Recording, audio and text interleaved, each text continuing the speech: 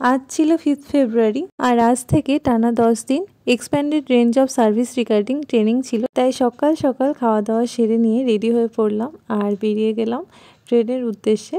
তারপরেই আমরা বর্ধমান এনটিএসে পৌঁছে গেছিলাম 9টার মধ্যেই।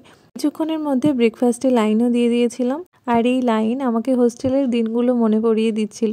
ব্রেকফাস্ট কমপ্লিট হওয়ার পরই আমাদের একটা প্রি টেস্ট দিতে হয়েছিল আর তারপরেই আমাদেরকে বর্ধমান মেডিকেল কলেজের ইএনটি ডিপার্টমেন্টে নিয়ে গিয়ে খুব সুন্দরভাবে বোঝানো হলো। তারপরেই দিয়ে দিয়েছিল লাঞ্চ আর এটা ছিল আমার বার্থডে লাঞ্চ। লাস্টে ছিল টক দই, চাটনি আর পাঁপড়। তারপরে কিছুক্ষণ পড়ানোর পরে আমাদেরকে স্ন্যাক্স আর চা দিয়ে দিয়েছিল।